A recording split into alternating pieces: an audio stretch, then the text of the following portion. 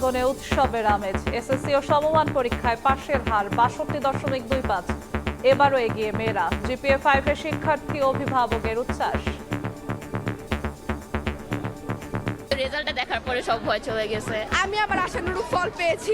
Golden A plus পেয়েছি, তো ভালোই লাগছে আমার। যেটুকু পরিশ্রম করেছিলাম মনে হয় তার থেকে অনেক বেশি পেয়েছি। সবথেকে ইম্পর্টেন্ট একটা রোল প্লে করছিল আমাদের ইনস্টিটিউশন, আমাদের স্কুল, আমাদের টিচার্সরা। রেজাল্টে জিপিএ 5 পেয়েছে, ওদের ফ্রেন্ড সার্কেল সবাই পেয়েছে, আমি খুব খুশি। কোচিংয়ে দিতে পারি না, তেমন একটা ওর অবদানই মানে ওর চেষ্টায় জিপিএ অর্জন করছে।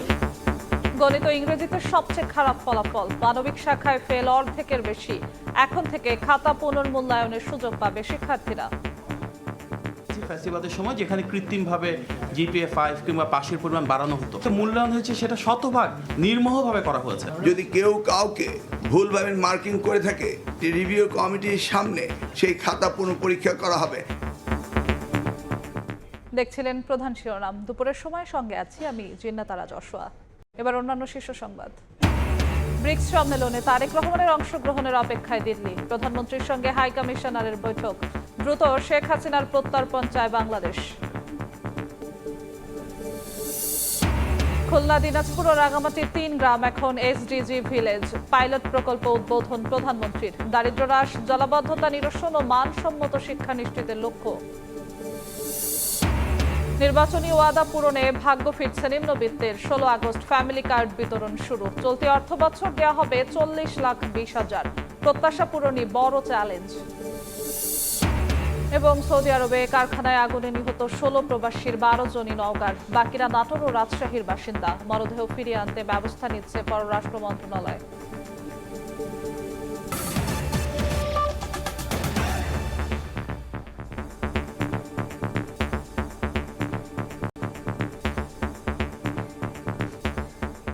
স্কুল প্রাঙ্গণে উৎসবের আমেজ।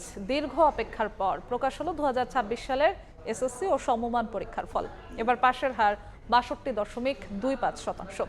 আর জিপিএ 5 পেয়েছে 1,16,676 জন।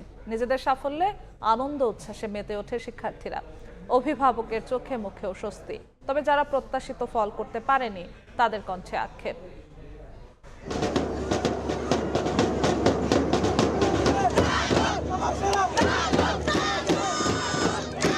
এই উচ্ছ্বাস, আনন্দ আর আবেগ স্কুল জীবনের একটি গুরুত্বপূর্ণ অধ্যায়ের সাফল্য অর্জনের। এসএসসি ও সমমান পরীক্ষার ফলাফল হাতে পেয়েই উল্লাসে মেতে উঠে শিক্ষা প্রতিষ্ঠান প্রাঙ্গণ।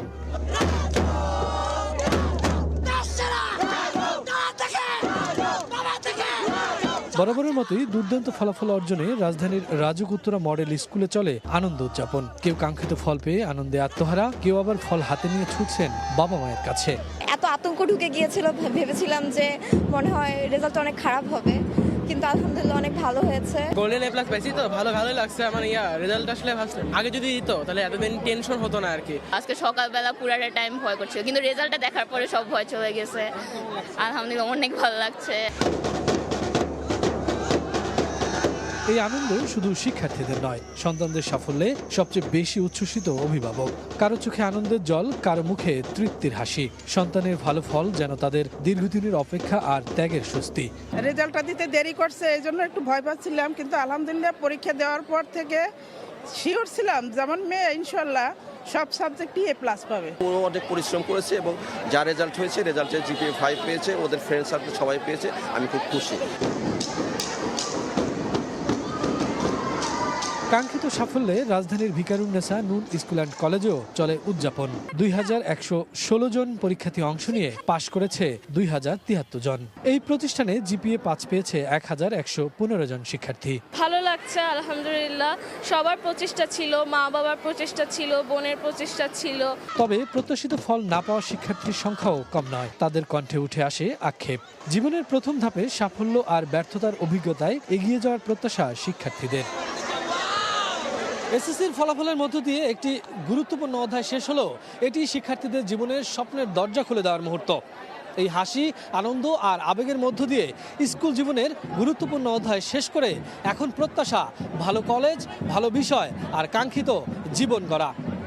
শফিকুজ্জামান রুবেল, সময় সংবাদ, ঢাকা। পররাষ্ট্র মন্ত্রণালয়ের কথা বলছেন মন্ত্রী ডক্টর খলিলুর রহমান। সরাসরি যাচ্ছি সেখানে।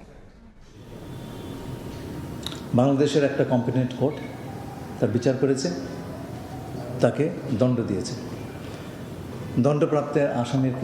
দণ্ডপ্রাপ্ত ব্যক্তির বিষয়ে কী হয়, তাকে কাস্টডিতে নেওয়া হয় এবং তার যদি কিছু বক্তব্য থাকে, আত্মপক্ষ সমর্থনের কিছু থাকে, সেটা আদালতে বলবে। তো 5 তারিখে হাসিনা যে কাজটি করেছে সেটা হচ্ছে বাংলাদেশের জুডিশিয়ারি, রাষ্ট্রের একটি স্তম্ভ, তার প্রতি বৃদ্ধাঙ্গুষ্ঠে দেখিয়েছে এবং সেই কাজটি ভারত সরকার করতে দিয়েছে। সুতরাং আমরা এই কথাটা আমি গতকালকে বলেছি যে আমাদের রাষ্ট্রে পুরো কাঠামোর প্রতি আমরা চাই সারা বিশ্বের সকল দেশ শ্রদ্ধাশীল হোক।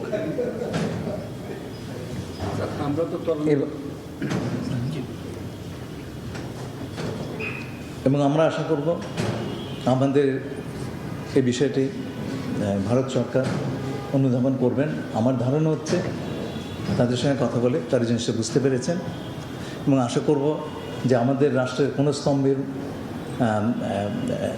স্তম্ভকে আন্ডারমাইন করার কিছু তারা আর করবেন না, এটা আমাদের প্রত্যাশা। এবং আমার তাদের সঙ্গে আমার যা কথা হয়েছে তাতে আমি কিছুটা হলেও আশ্বস্ত যে এই ঘটনার পুনরাবৃত্তি হবে না। সম্পর্ক স্বাভাবিক কবে নাগাদ হবে এবং গঙ্গা চুক্তি নবায়ন আমাদের জন্য একটা বড় মাথা ব্যথা। প্রধানমন্ত্রীকে তারা 2 দফা দাওয়াত দিয়েছেন, 1 দফা ব্যক্তি প্রধানমন্ত্রী হিসেবে আর 1 দফা বিমস্টেকের প্রধান হিসেবে। আমরা কি বিমস্টেক বা এই দাওয়াতটার কোনোটা কবুল করলাম? প্রথম কথা হচ্ছে আমি গণক না, সুতরাং বলতে পারবো না কোন দিন এটা হচ্ছে। 2 নম্বর জিনিসটা হচ্ছে যে প্রধানমন্ত্রীকে মাননীয় প্রধানমন্ত্রীকে ব্রিক্সে দাওয়াত দেওয়া হয়নি, দেওয়া হয়েছে চেয়ারপারসন অফ ব্রিক্স, বিমস্টেক। এই পার্থক্যটা আপনারা বুঝবার চেষ্টা করেন। এর আগে ভারতীয় প্রধানমন্ত্রী মিস্টার নরেন্দ্র মোদী আমাদের মাননীয় প্রধানমন্ত্রীকে একটা চিঠি লিখেছিলেন এবং সেই চিঠিটি আমাদের সরকার গঠনের দিন হস্তান্তর করা হয়েছিল। সেখানে তিনি আমন্ত্রণ জানিয়েছেন। 3 তারিখ ঠিক হয়নি, কিন্তু আমন্ত্রণ একটা আছে সেখানে, সেটা আমরা দেখবো কখন।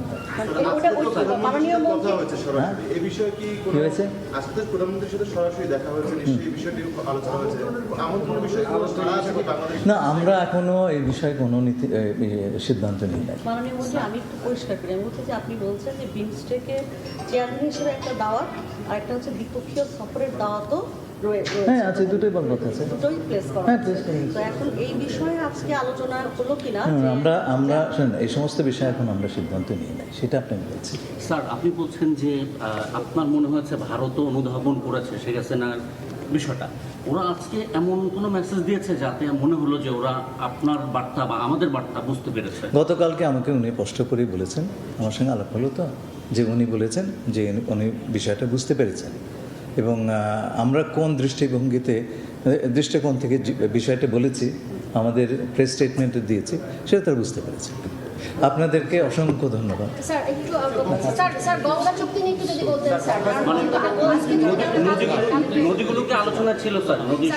দেখুন, এটা সৌজন্য সাক্ষাৎকার ছিল, আর এই সমস্ত বিষয় একজন রাষ্ট্রদূতের সঙ্গে প্রধানমন্ত্রী আলাপ হয় না। ভাই, লেভেলগুলো বোঝার চেষ্টা করেন। ধন্যবাদ। পররাষ্ট্র মন্ত্রণালয়ে কথা বলছিলেন পররাষ্ট্রমন্ত্রী ডক্টর খলিলুর রহমান। আমরা সরাসরি যুক্ত ছিলাম সেখানে। ব্রিক্স সম্মেলনে প্রধানমন্ত্রী তারেক রহমানের অংশগ্রহণের বিষয়ে ভারত আগ্রহ ভরে অপেক্ষা করছে বলে জানিয়েছেন দেশটির হাই কমিশনার দীনেশ ত্রিবেদী। সকালে সচিবালয়ে প্রথমবার প্রধানমন্ত্রীর সঙ্গে সাক্ষাতের পর তিনি আরও বলেন, গণতান্ত্রিক 2 দেশের মধ্যে বিভিন্ন ইস্যু থাকলেও সমাধান করতে হবে। ভারত সুসম্পর্ক চায় বলেও জানান দীনেশ ত্রিবেদী। অন্যদিকে শেখ হাসিনার দ্রুত প্রত্যর্পণ চেয়েছে বাংলাদেশ। দিল্লিতে সাংবাদিকদের সঙ্গে শেখ হাসিনার ভার্চুয়ালি মতবিনিময়ের সুযোগ করে দেওয়ার পর বাংলাদেশ ভারত সম্পর্কে তৈরি হয়েছে নতুন করে টানাপোড়েন। ঢাকার পক্ষ থেকে কড়া বার্তা দেওয়া হয়েছে দিল্লিকে। এরই মধ্যে আগামী 12-13 সেপ্টেম্বর দিল্লিতে অনুষ্ঠেয় ব্রিক্স শীর্ষ সম্মেলনের আউটরিচ পর্বে প্রধানমন্ত্রী তারেক রহমানের অংশ না নেওয়া প্রায় নিশ্চিত হয়ে গেছে। এমন পরিস্থিতিতে সোমবার বেলা 11টায় সচিবালয়ে প্রধানমন্ত্রী তারেক রহমানের সঙ্গে সাক্ষাৎ করেন ভারতীয় হাইকমিশনার দীনেশ ত্রিবেদী। এ সময় বৈঠকে উপস্থিত ছিলেন পররাষ্ট্রমন্ত্রী, প্রধানমন্ত্রীর পররাষ্ট্র উপদেষ্টা। পারস্পরিক স্বার্থ সংশ্লিষ্ট বিভিন্ন বিষয় এবং দীর্ঘদিনের অমীমাংসিত ইস্যু নিয়ে বৈঠকে আলোচনা হয়েছে। প্রধানমন্ত্রীর সম্পর্ক এগিয়ে নিতে উপযুক্ত পরিবেশ তৈরির উপর গুরুত্ব দিয়েছেন। এছাড়া শেখ হাসিনাকে প্রত্যর্পণ, হাদি হত্যায় জড়িতদের ফেরাতে আলোচনা হয়েছে বলে জানা গেছে। পরে সাংবাদিকদের সঙ্গে আলাপে দীনেশ ত্রিবেদী জানান, ভারত দুই দেশের মধ্যে সুন্দর সম্পর্ক চায়। ব্রিক্স সম্মেলনে প্রধানমন্ত্রী তারেক রহমানের অংশগ্রহণের বিষয়ে ভারত আগ্রহ নিয়ে অপেক্ষা করছে বলেও জানান তিনি। আমাদের ইনভিটেশন তো আগে থেকে আছে। So last time also I mention যে people of India, prime minister of India is looking forward. ডেমোক্রেসিতে ইস্যুস থাকবে, ইস্যু না থাকলে ওইটা ডেমোক্রেসি নাই। ঠিক আছে, আমাদের ইস্যু হবে, বাংলাদেশের ইস্যু হবে, কিন্তু মানুষের ইস্যু একটাই যে ভালো সম্পর্ক। চলতি বছরে 12 জুন ভারতের হাই কমিশনার হিসেবে বাংলাদেশে আসে দীনেশ ত্রিবেদী। আগে রাষ্ট্রপতির কাছে পরিচয়পত্র পেশ করলেও এবারই প্রথম সাক্ষাৎ করলেন প্রধানমন্ত্রীর সঙ্গে। হাসান ওয়ালি, সময় সংবাদ, ঢাকা। আবারও এসএসসির ফল প্রকাশের খবর। এসএসসি ও সমমান পরীক্ষায় ঢাকার পর সবচেয়ে বেশি পাশের হার যশোরে। যথাযথ মূল্যায়ন করেই ফলাফল প্রকাশ করা হয়েছে বলে জানান বোর্ড কর্মকর্তারা। আগের তুলনায় পাশের হার বেড়েছে বরিশালে। অন্যদিকে 7 বছরের মধ্যে সবচেয়ে খারাপ ফলাফল করেছে রাজশাহী ও সিলেট বিভাগের শিক্ষার্থীরা।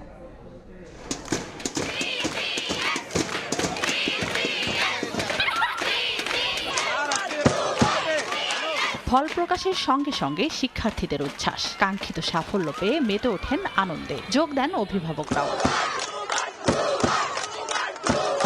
সোমবার সকাল থেকেই স্কুলে স্কুলে ভিড় জমান শিক্ষার্থী ও অভিভাবকরা। এসএসসি ও সমমানের পরীক্ষার ফল হাতে পেয়েই ঢাকঢোল বাজিয়ে উদযাপন করেন নিজেদের সফলতা। জিপিএ 5 এসছে, গোল্ডেন এসছে, মার্কও আলহামদুলিল্লাহ ভালো আশা অনুযায়ী এসেছে। যেরকম এক্সপেকটেশন ছিল সেরকমই ভালো রেজাল্ট এসেছে।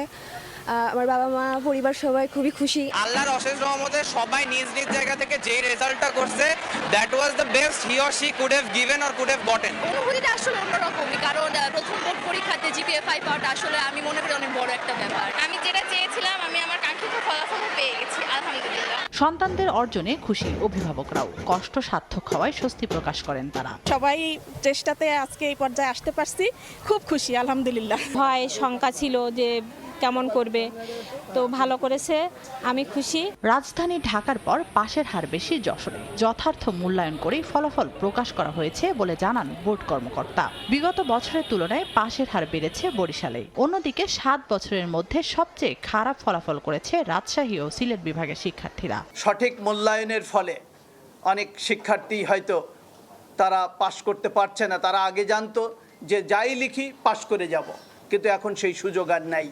আমরা কোয়ালিটি চেয়েছি, আমরা কোয়ান্টিটি আর চাই না। আমাদের ইংরেজি এবং অঙ্কের মধ্যে ফেল এসেছে বেশি। পড়াশোনায় কিছুটা হয়তো শিক্ষার্থীরা কিছুটা অমনোযোগী, অনেক শিক্ষার্থী ক্লাসমুখী না। এবছর সারা দেশে 312টি শিক্ষা প্রতিষ্ঠানে কেউ পাশ করতে পারেননি। শূন্য পাশের বিদ্যালয়ের বিরুদ্ধে তদন্ত কমিটি করে বিভাগীয় ব্যবস্থা নেওয়া হবে বলে জানান সংশ্লিষ্টরা। তানজিনা তাসনিম, সময় সংবাদ। এবার এসএসসিতে মানবিক শাখায় অর্ধেকের বেশি শিক্ষার্থী ফেল করেছে।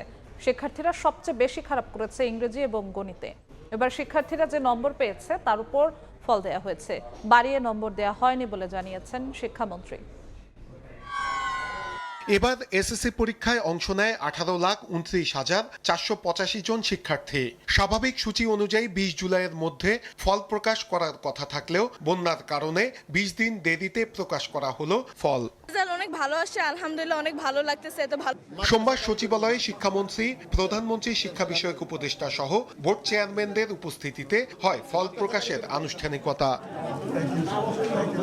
এবার গতবারের থেকে পাশের হার 6.2% এবং জিপিএ 5 গতবারের চেয়ে কমেছে 22,356 জন। শতভাগ ফেল করা প্রতিষ্ঠানের সংখ্যা 312টি, শতভাগ পাশ করা প্রতিষ্ঠানের সংখ্যা 669টি। ইংরেজি এবং গণিত এই দুইটা বিষয় আমরা যখন পরীক্ষা দিয়েছি তখন থেকে শুরু করে অদ্যাবধি এই দুইটা বিষয়ই ফেলের হার স্কোপ বেশি যায়। বডি ওন ক্যামেরা ছিল এবং যে মূল্যায়ন হয়েছে সেটা শতভাগ নির্মোহভাবে করা হয়েছে।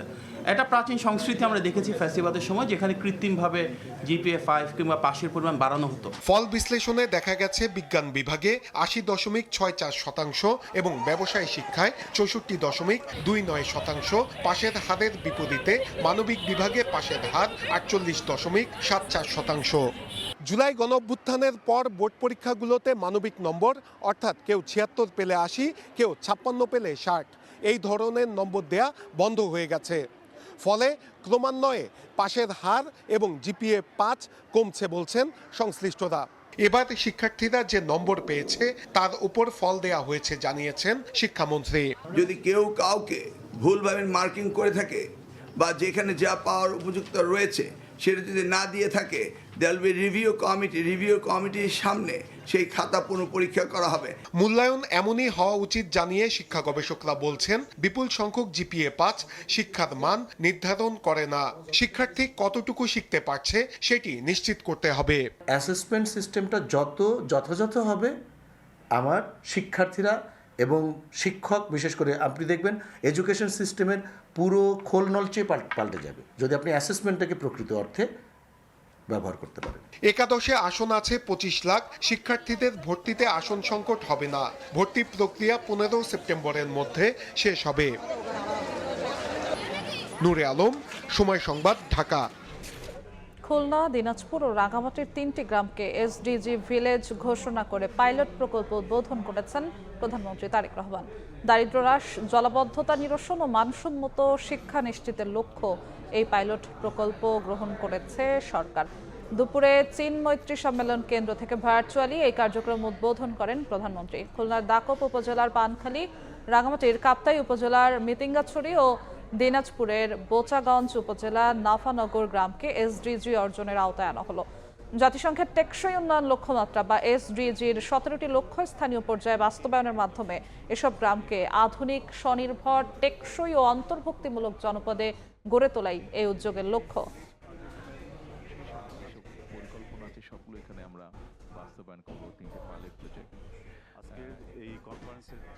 এবার সরকারের 180 দিনের বিশেষ প্রতিবেদন।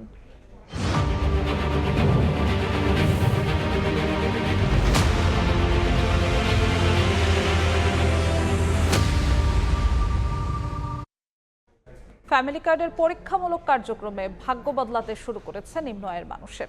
সরকারি এই মাসিক অর্থ সহায়তায় ভর করে ঘুরে দাঁড়ানোর স্বপ্ন দেখছেন তারা।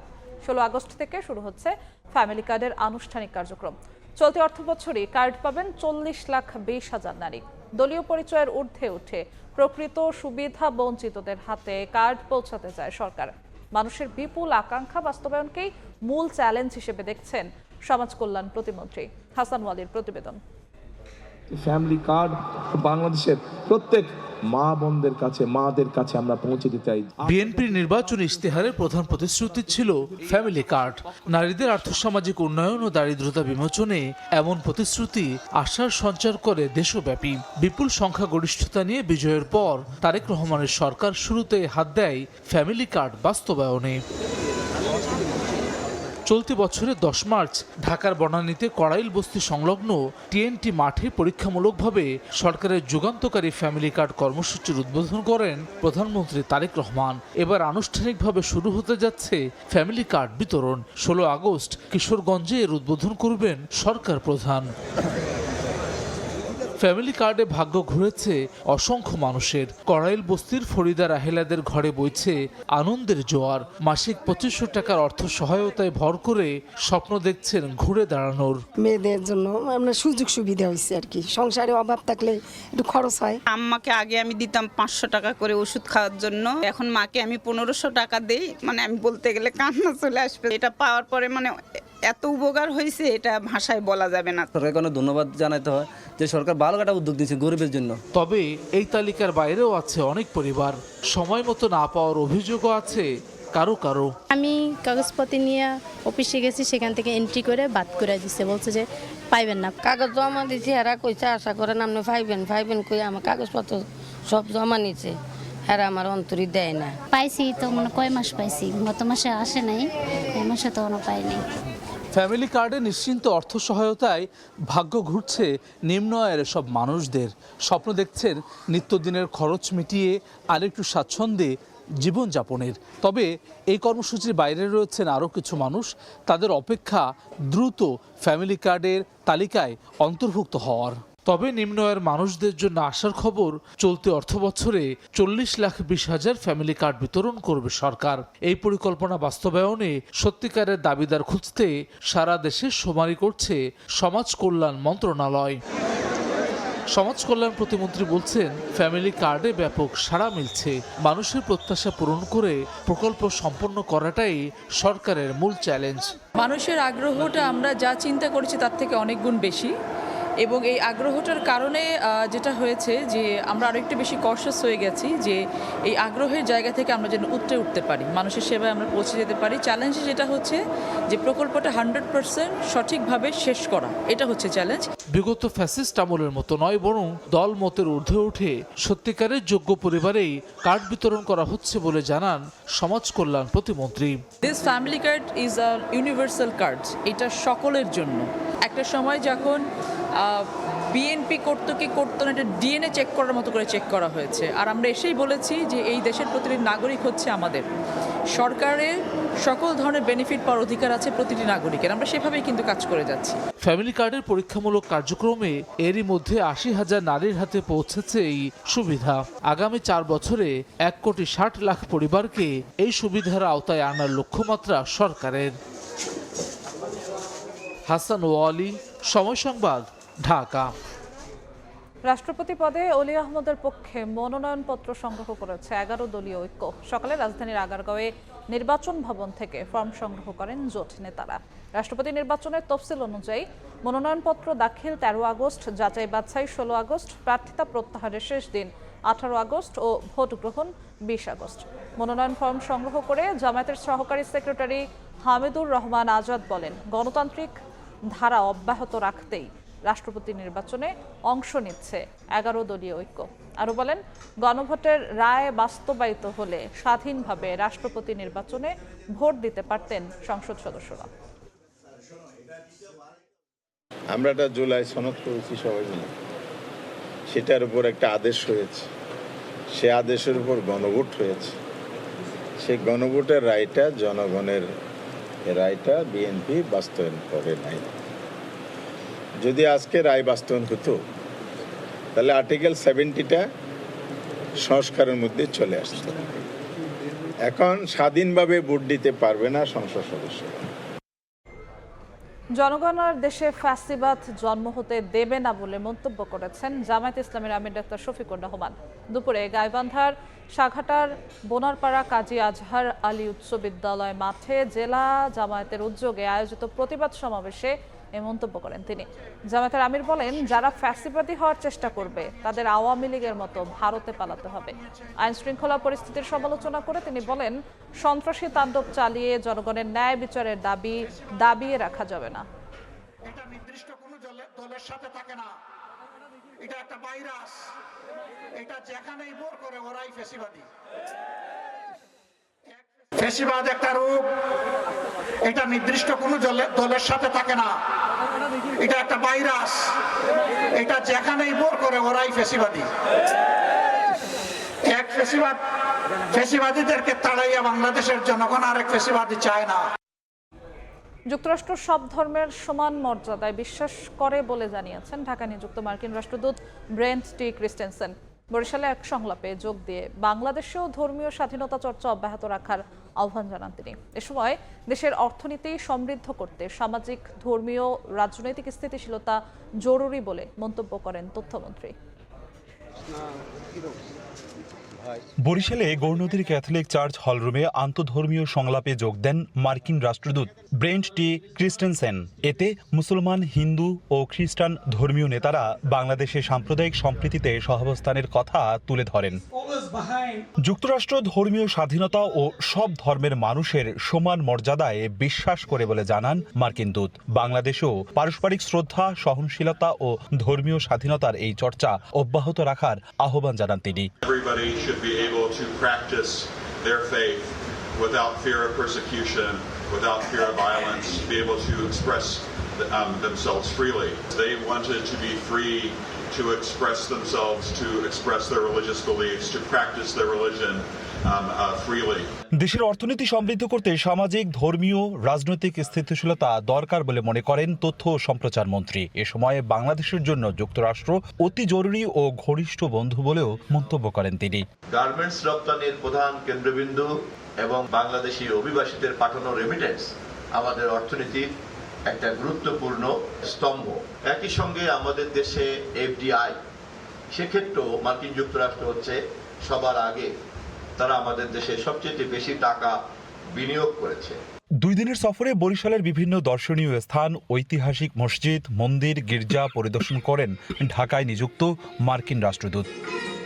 অপূর্ব অপু, সময় সংবাদ, বরিশাল। দেশের সার্বভৌমত্ব রক্ষায় সামরিক খাতের উন্নয়নে গুরুত্ব দেওয়ার তাগিদ দিয়েছে আধিপত্যবাদ বিরোধী নাগরিক সমাজ। ভূ রাজনৈতিক চ্যালেঞ্জ মোকাবিলায় আত্মপ্রকাশ করেছে প্ল্যাটফর্মটি।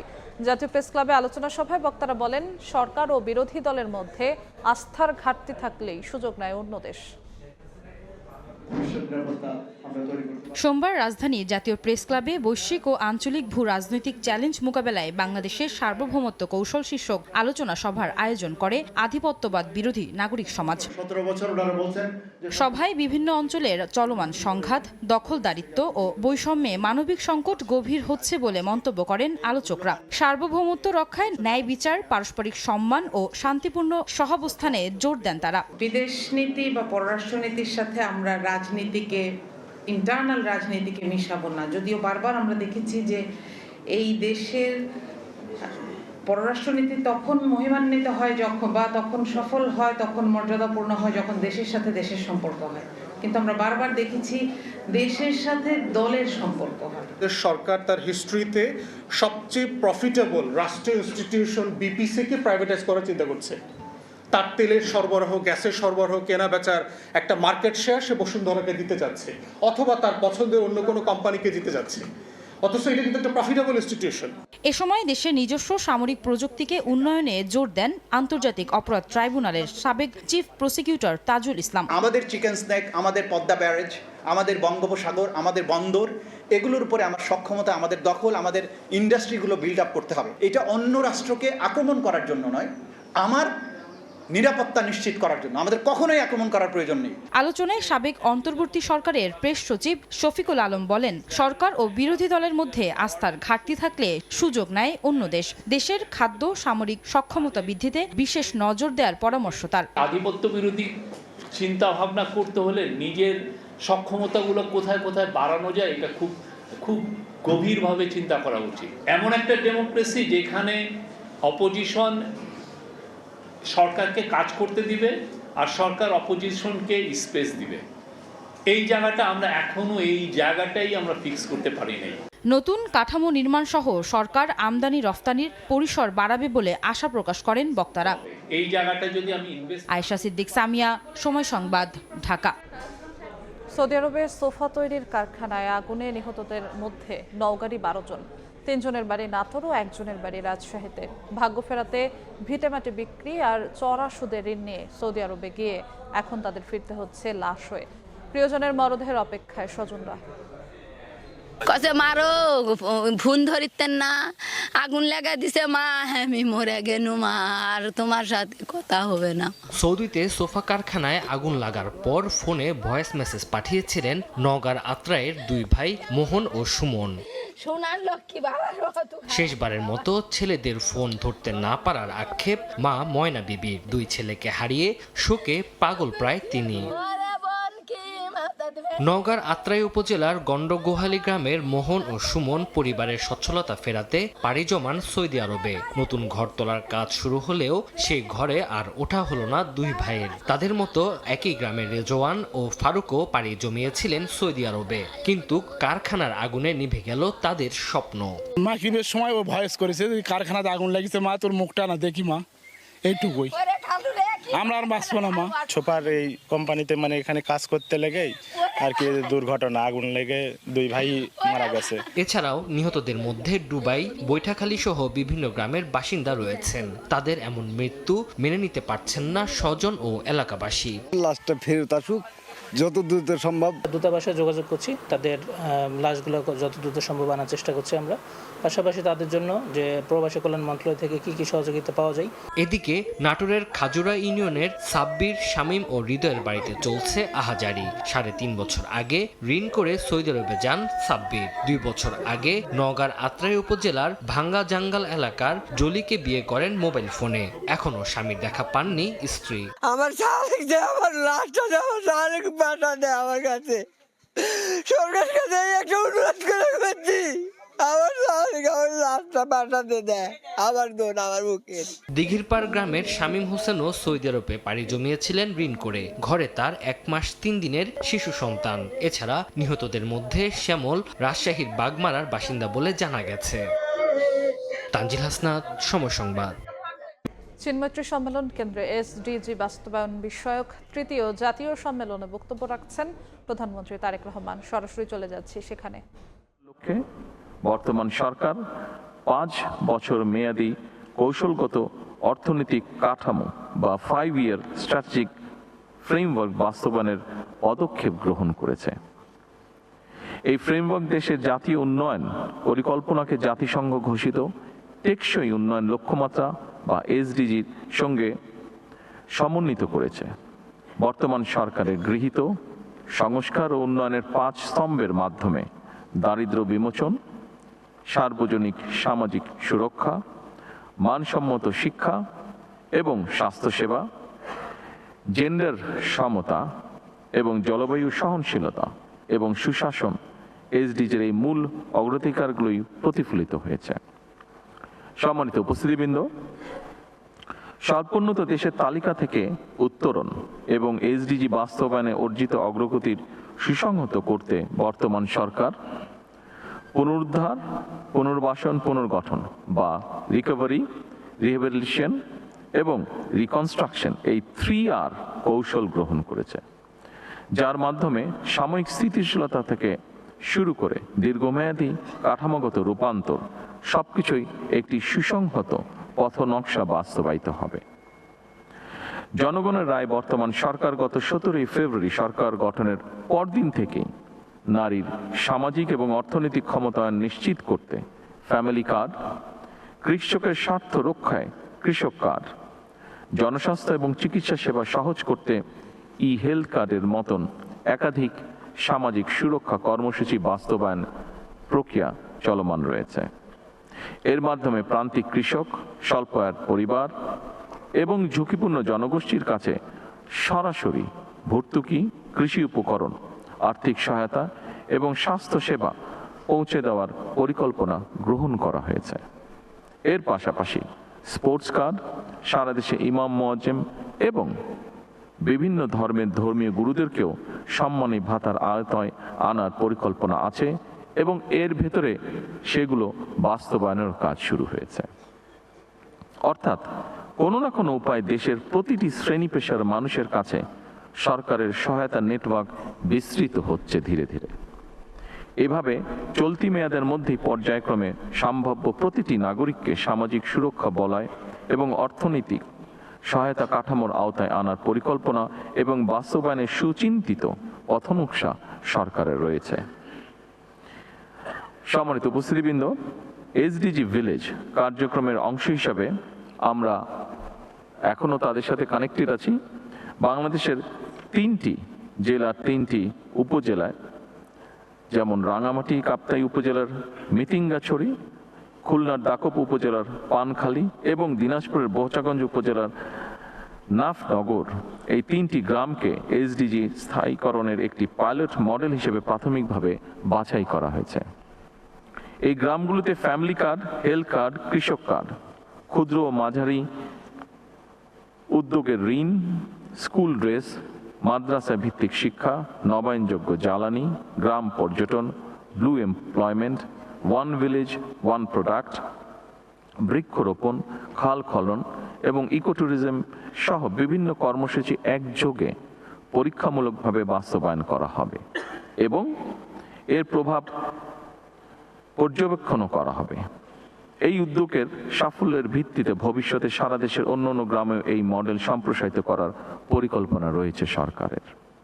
আমি আশা করি এসডিজি ভিলেজ বর্তমান সরকারের নির্বাচনী অঙ্গীকারকে একটি আন্তর্জাতিকভাবে স্বীকৃত ডেভেলপমেন্ট মডেল হিসেবে বিশ্বের সামনে তুলে ধরার একটি দৃষ্টান্তমূলক প্ল্যাটফর্ম হিসেবে গড়ে উঠবে।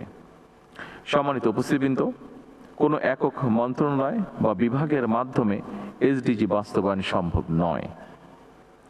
এর সফল বাস্তবায়নের জন্য প্রয়োজন সরকার, বেসরকারি খাত, উন্নয়ন সহযোগী, এনজিও, সুশীল সমাজ, গণমাধ্যম এবং প্রতিটি নাগরিকের সম্মিলিত সহযোগিতা। আমি আশা করি 3 দিনের এই সম্মেলনে প্রতিটি সমন্বয়কারী মন্ত্রণালয় ও বিভাগ তাদের অভীষ্ট ভিত্তিক অগ্রগতি, চ্যালেঞ্জ ও ভবিষ্যৎ করণীয় নিয়ে আলোচনার মাধ্যমে বাস্তবসম্মত এবং সময় উপযোগী কর্মপরিকল্পনা ও পদক্ষেপ গ্রহণ করবেন। আগামী দিনের কর্মপরিকল্পনায় কয়েকটি মৌলিক বিষয়ে সরকারের দৃষ্টিভঙ্গি স্পষ্ট। একটি গণতান্ত্রিক রাষ্ট্র যেখানে থাকবে অবাধ নির্বাচন, আইনি শাসন এবং প্রাতিষ্ঠানিক জবাবদিহিতা। একটি মানবিক রাষ্ট্র যেখানে স্বাস্থ্য, শিক্ষা ও নাগরিক অধিকার হবে সার্বজনীন, এবং একটি কল্যাণ রাষ্ট্র যেখানে প্রতিটি নাগরিকের অর্থনৈতিক সুযোগ ও আন্তঃপ্রজন্ম ন্যায্যতা নিশ্চিত থাকবে। সম্মানিত সকল উপস্থিতিবৃন্দ, সবশেষে আমি প্রধানমন্ত্রীর কার্যালয়ের এসডিজি বিষয়ক মুখ্য সমন্বয়ক এবং গভর্নেন্স ইনোভেশন ইউনিট এবং বাংলাদেশ পরিকল্পনা কমিটি বিভাগকে এমন একটি জনগুরুত্বপূর্ণ সম্মেলন আয়োজনের জন্য আন্তরিকভাবে ধন্যবাদ জানাই।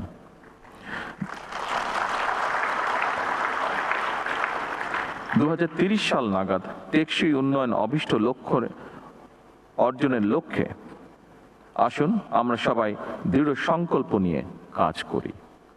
আমি জাতীয় সম্মেলনের সাফল্য কামনা করে এসডিজি ভিলেজ কার্যক্রমের উদ্বোধন আনুষ্ঠানিকভাবে ঘোষণা করছি। ধন্যবাদ। আল্লাহ হাফেজ।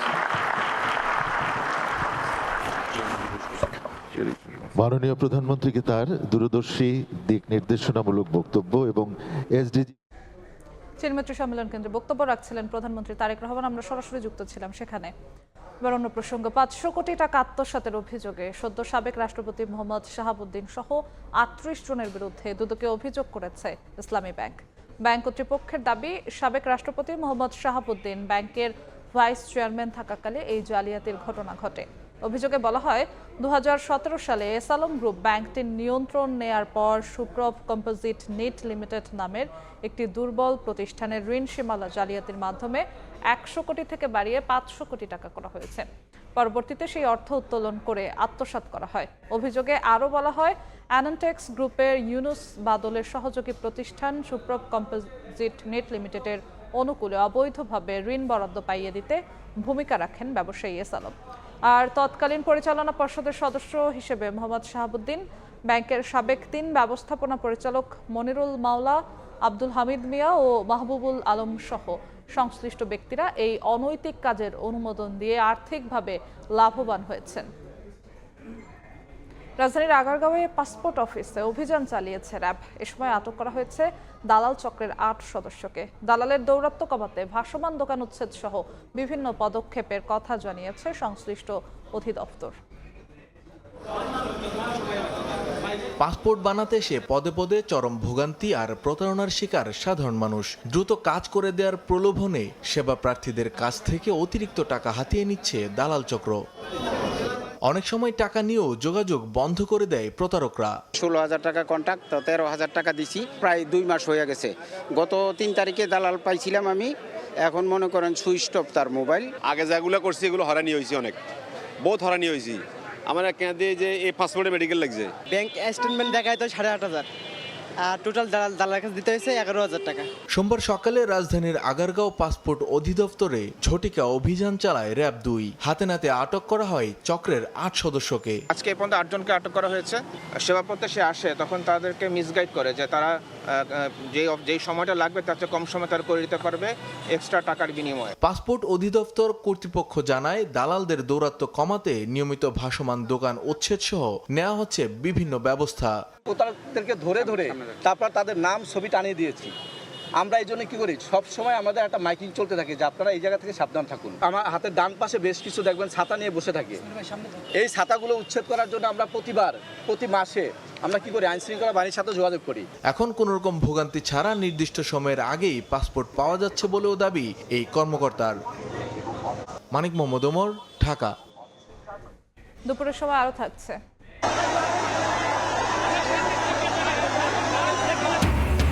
প্রশ্ন ফাঁস ও নিয়োগ পরীক্ষায় অনিয়মের অভিযোগে ভারতের ঝাড়খণ্ডে ব্যাপক বিক্ষোভ। বিধানসভা অভিমুখে পদযাত্রায় পুলিশের বাধা, জলকামান ব্যবহার, ধস্তাধস্তি।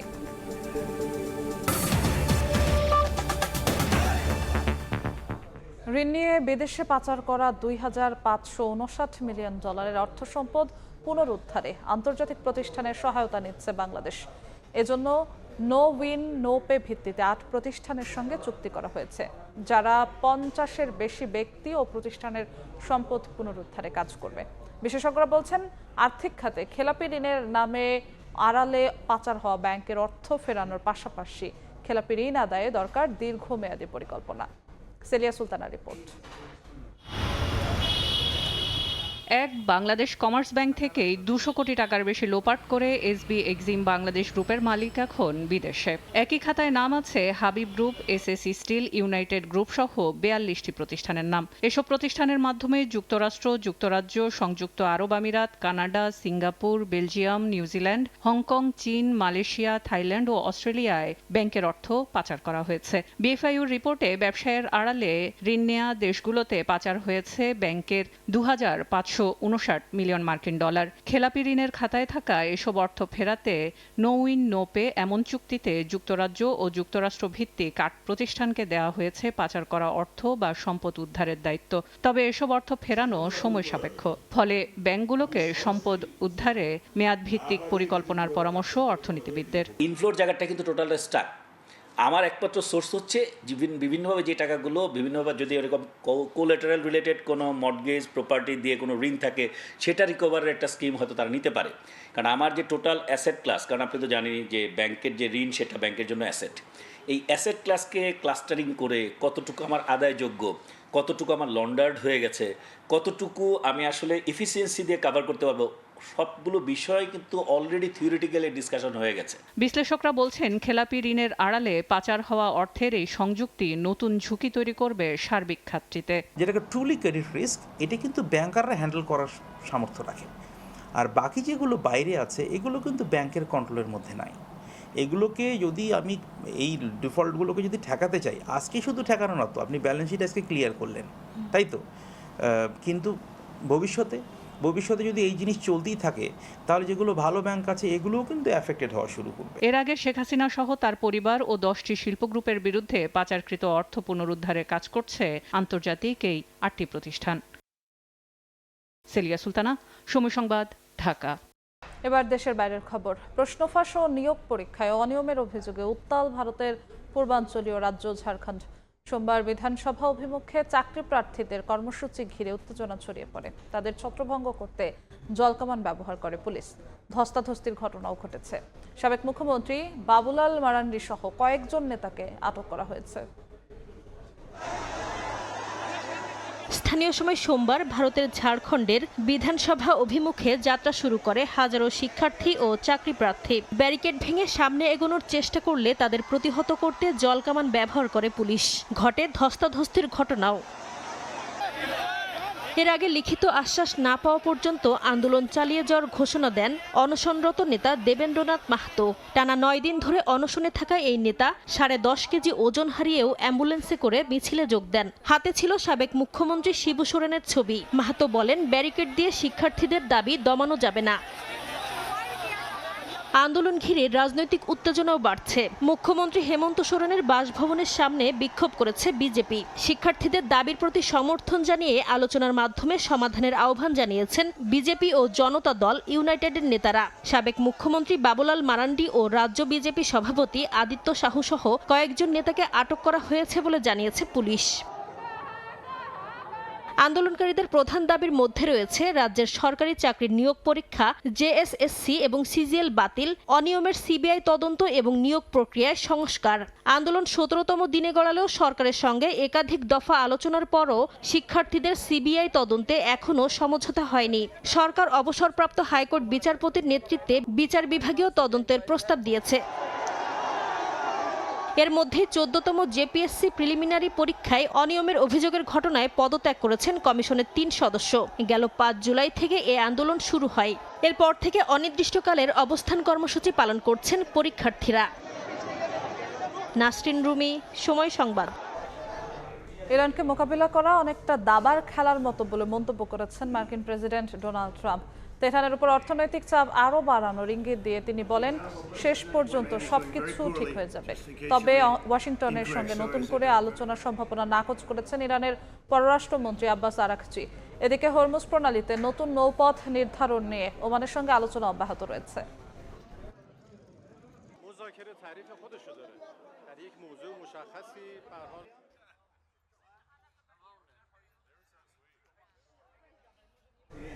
খেলার খবর, বাবাকে শেষ বিদায় জানালেন লিওনেল মেসি। রোজারিওর এল প্রাদো কবরস্থানে শেষকৃত্য অনুষ্ঠিত হয় হোর্হে মেসির। এ সময় সেখানে শুধু পরিবারের সদস্যরা উপস্থিত ছিলেন। ৬৮ বছর বয়সে রোজারিওর একটি হাসপাতালে মারা যান মেসির বাবা। গতকাল বেসরকারি কবরস্থান এল প্রাদোয় মেসি সিনিয়রের শেষকৃত্য হয় পারিবারিকভাবে। স্ত্রী আন্তোনেলা রোকুজ্জো ও 3 ছেলেকে নিয়ে সেখানে উপস্থিত ছিলেন মেসি। গোপনীয়তার জন্য শনিবার দুপুর থেকেই সেখানে বন্ধ রাখা হয় জনসাধারণের প্রবেশ। কিন্তু নিরাপত্তার এই বেষ্টনী উপেক্ষা করে কবরস্থান এলাকায় আকাশপথে ড্রোন ওড়ায় বুয়েন্স এইরেস ভিত্তিক কয়েকটি টিভি চ্যানেল। তারই জেরে এবার লিওনেল মেসির আইনজীবীরা নিতে যাচ্ছেন আইনি পদক্ষেপ। পরিবারের গোপনীয়তা লঙ্ঘনের অভিযোগে মামলা করার প্রস্তুতি নিচ্ছে মেসির পরিবার। এ পর্যায়ে শীর্ষ সংবাদগুলো জানিয়ে দিচ্ছি আরও একবার।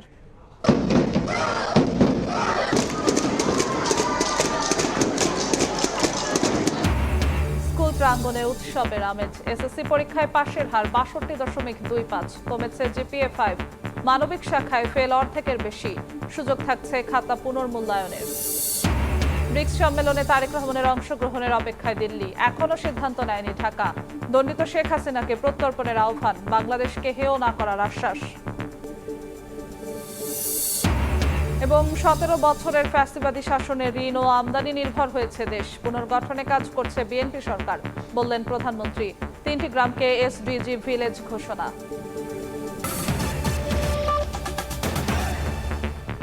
এই ছিল দুপুরের সময়ের পর বিভাগীয় সময় নিয়ে সঙ্গে থাকবেন সহকর্মী ইমদাদুল হক। ধন্যবাদ যশোয়া। বিভাগীয় সময় নিয়ে আসছি কিছুক্ষণ পর, সঙ্গে থাকুন সময়।